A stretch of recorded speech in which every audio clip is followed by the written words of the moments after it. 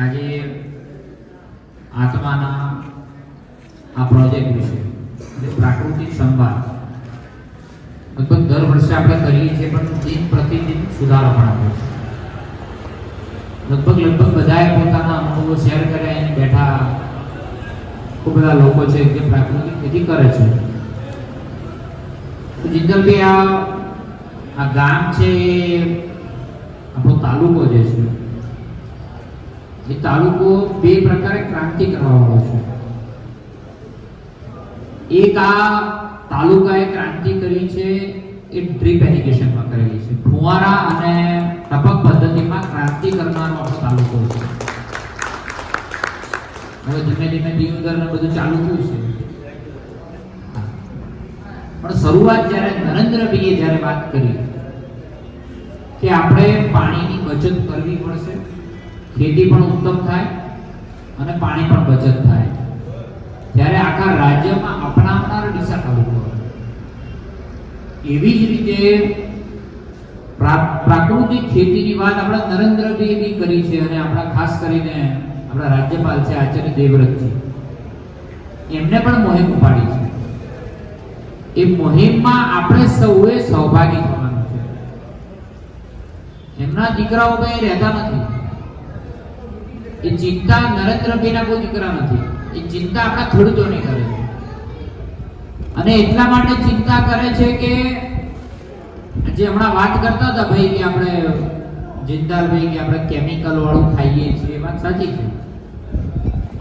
જે તે સમયે જરૂરિયાત હતી કે આપણા જમીનોની અંદર કદાચ એવી જે બિન ઉપજાઉ જમીન છે એને ઉપજાઉ કરવા માટે કદાચ વધારાનું વેલ્યુ એડિશન કરવું પડે, નાઇટ્રોજન નાખવું પડે, પોટેશિયમ નાખવું પડે, અથવા એને અન્ય કોઈ કેમિકલો નાખી અને જગ્યાઓને સજીવ કરવા માટે બરાબર હતું.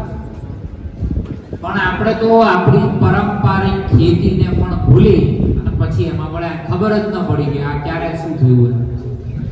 લગભગ મને યાદ હશે કે આ ખાતર વાળું નાખવા વાળું અંદાજે ધોળી કરી બેઠી છે 20 વર્ષ થયા છે શરૂઆત થઈ ને.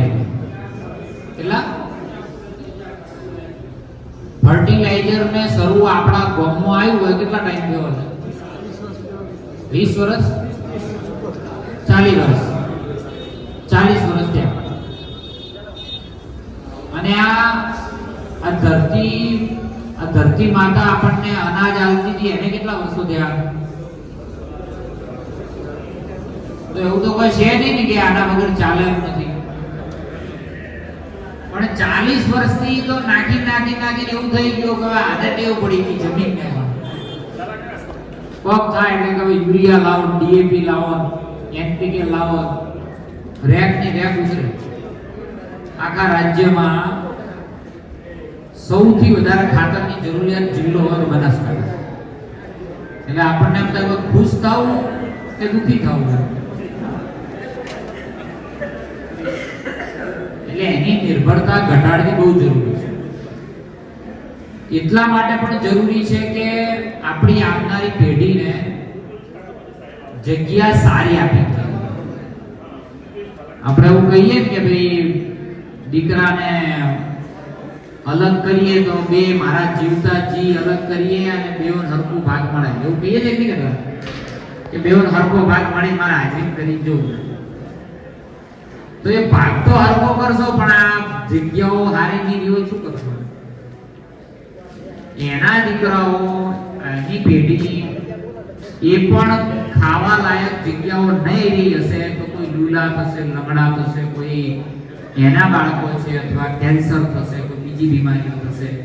એવું પણ થશે કે માણસ 10 વર્ષ 15 વર્ષની જીવનશૈલી થઈ જશે, ગમે ત્યારે એટેક આવીને મરી જાય. હમણાં આપણે ન્યૂઝમાં જોઈએ જ છે બધાય કે કેટલી નાની ઉંમરના લોકોને એટેક આવે છે, કેટલી નાની ઉંમરના લોકોને કેન્સર થાય છે. તો એમાંનો એક પાર્ટ આ પણ છે, બરાબર. એટલે મને એમ લાગે છે કે જિંદાલજી હવે વ્યવસ્થાઓ કદાચ ખેડૂતો અમારા બહુ જ સક્ષમ છે, એને માર્ગદર્શન મળે એટલે ખેતી જેવી કોઈ એવી કરી દેશે. મહેનતું છે શું, પણ એને માર્કેટિંગ કરવાની જવાબદારી હવે ઉપાડવી પડશે. બરાબર? કે તમે વાવો અને આપણે પછી જનરલ માર્કેટમાં વેચાવા ન જવું પડે, ચાહે શાકભાજી હોય કે ચાહે અનાજ હોય. બરાબર? આપણને જો મહેનત કરીએ અને આપણે કોઈ પ્રોડક્ટ વાવીએ ખેત પેદાશો અને આપણો ગ્રાહક તૈયાર હોય એવી વ્યવસ્થા કરવાની છે. બરાબર કે નહીં?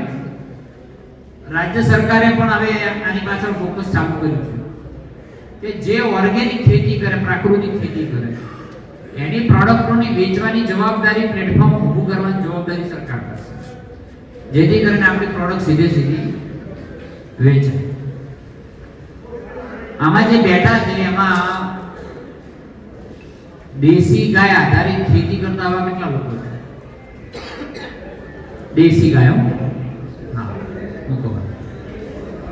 ઘરે જીવામૃત બનાવતા આવા કેટલા લોકો?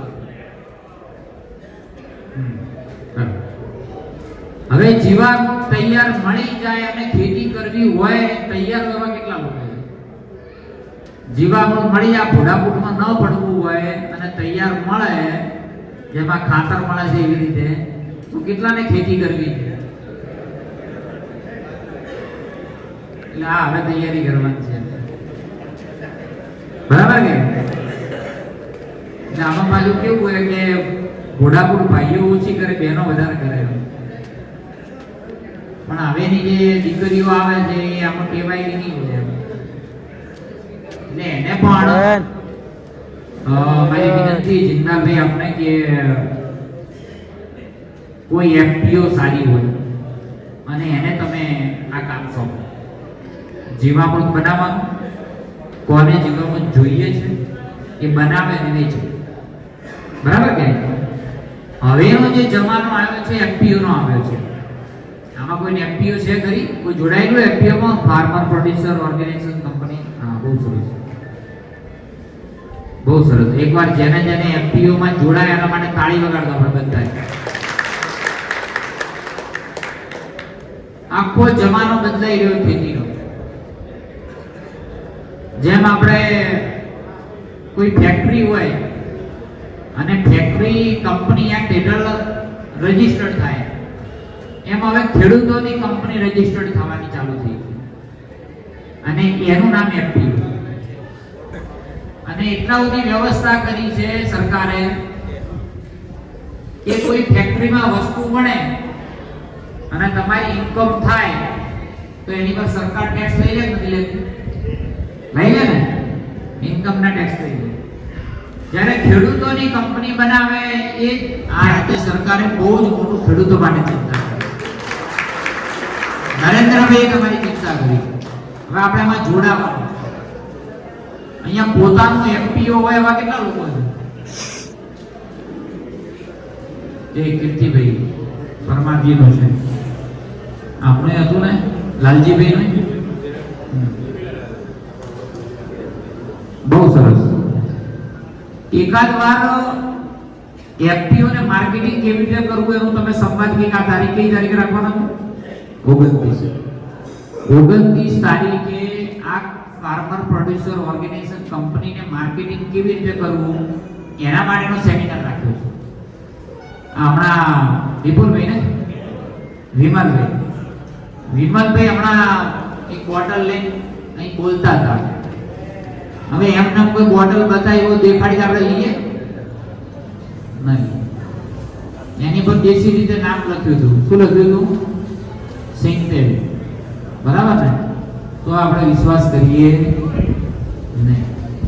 પણ આ જ બોટલને જો આકર્ષિત રીતે પેકિંગ કર્યું હોય, એની પર બ્રાન્ડિંગ કર્યું હોય અને એ સારા શોરૂમમાં પડ્યું હોય ને તો એની કિંમત બદલાઈ જાય. બદલાઈ જાય ને? બદલાઈ જાય. આ જ કામ કરવાનું છે. માર્કેટિંગ ઊભું કરવાનું કામ આપણા ખેડૂતો કરવાનું છે. અને એના માટે જેટલી પણ તમારી જોડે જેટલી માર્ગદર્શન આપનારી કંપની હોય, એફપીઓ હોય, જે પણ હોય એને લાવો. મહેનત અમારો ખેડૂત કરશે. આપણે માત્ર ને પ્લેટફોર્મ આપવાનું કામ કરવાનું. આપણે હવે અલગ તરી આવવાનું છે.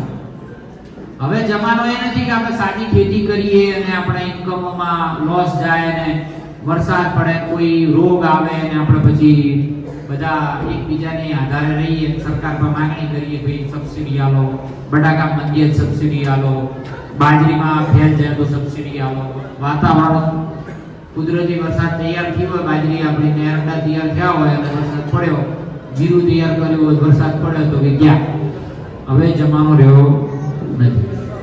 ખૂબ બધી કંપનીઓને આપણે પણ ઇન્વાઇટ કર્યા છે જનરલી કે આપણી ખેત પેદાશો છે એ જીડીપી માં અસર કરવી જોઈએ, અને આપણી જીડીપી માં અસર કરવા માટે આપણી ક્વોલિટી ઉત્તમ બનાવવી પડશે, અને એના માટે મહેનત આપણે કરવી પડશે. એ તમારે જોડવાનું જે કામ છે એકબીજાને, એ આ ડિપાર્ટમેન્ટ તો કરે, જોડે જોડે એફપીઓ પણ કરે. એફપીઓ ના તમામ માલિકોને મારી વિનંતી, એકદમ મારી ઓફિસે બધા આવજો, બરાબર? આપણે જોડે ચા પીશું, અથવા તમે એક જગ્યાએ બોલાવજો, હું આવી જઈશ, બરાબર? જોડે ચા પીએ, એકબીજાના વિચારો શેર કરીએ, અને પછી આપણે શું કરી શકીએ છીએ. આપણે મગફળી માટેનું ઉત્તમ સેન્ટર બની ગયું, બટાકા પછીનું ઉત્તમ સેન્ટર શેનું બની ગયું? આપણી સાહેબ મગફળી બની ગયું. એમને બન્યું ના, આપણે બધા મહેનત કરી છે એટલે બન્યું.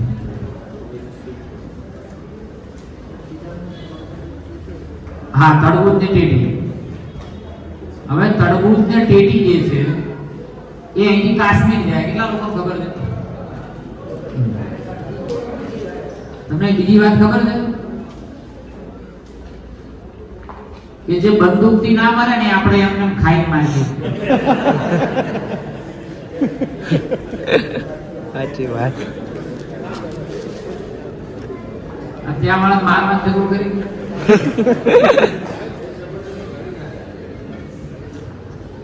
એટલે ધીમે ધીમે ધીમે આપણે એને શિફ્ટ કરવાની જરૂર.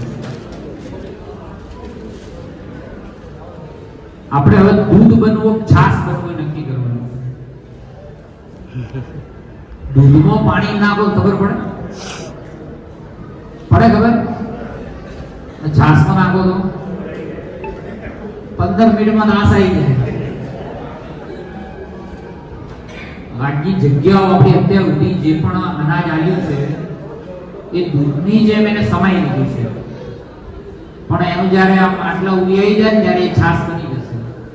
જે નાખશો ને બધું બહાર આવી જાય, કાંઈ આવશે નહીં. ઘડીક વારમાં ખબર પડશે કે આપણે વાયુ ને થયું જ નહીં. અત્યાર સુધી તો દૂધની જેમ સમાઈ લીધું છે. સમય આવ્યો છે બદલવાનો, આપણે બદલાવવું પડશે. અને તમારે કોણ બીજું કરવાનું છે? આપણે પાડોશીની ઈર્ખા તો બધાય કરીએ છીએ, એડાવાળાની, પણ હવે આમાં કઈક ઈર્ખા કરો, એવું કરો કે જે પોતે જે કરે છે પાડોશવાળાને ઈર્ષા થવી જોઈએ કે આ વ્યક્તિ પ્રાકૃતિક ખેતી કરીને વધારે રૂપિયા કમાવે છે, આટલું કરવાનું છે. કરશો કે નહીં?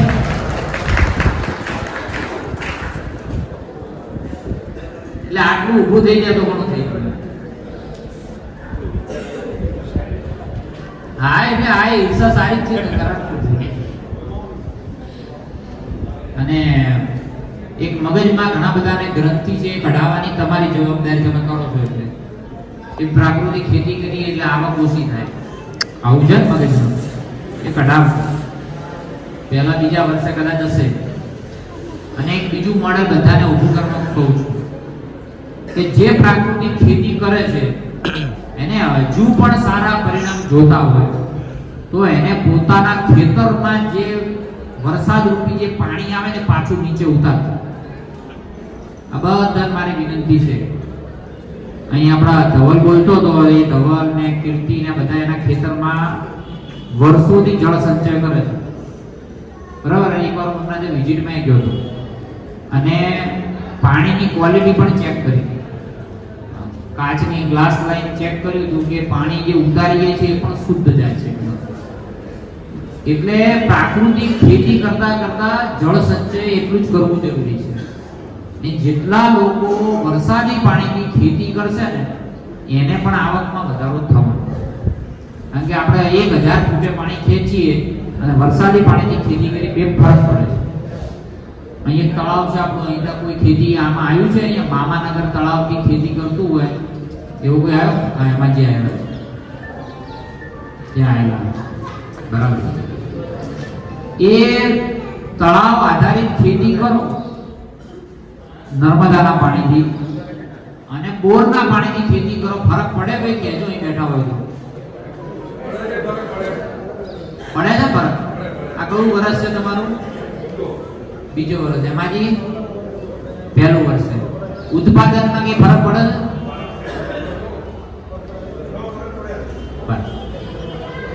આ તાકાત છે વરસાદના પાણી, અને એટલા માટે તાકાત કહું છું કે વરસાદનું એક ટીપું પડે ને એમાં કોઈ કન્ટેન્ટ નથી હોતા, ડિસિલ્ટિંગ વોટર જ હોય છે. નથી એમાં નાઇટ્રેટ હોતું, નથી સોડિયમ હોતું, કે નથી ટીડીએસ એના કઈ હોતા, કાંઈ જ નહીં હોતું. છતાં એની તાકાત કહું તમને.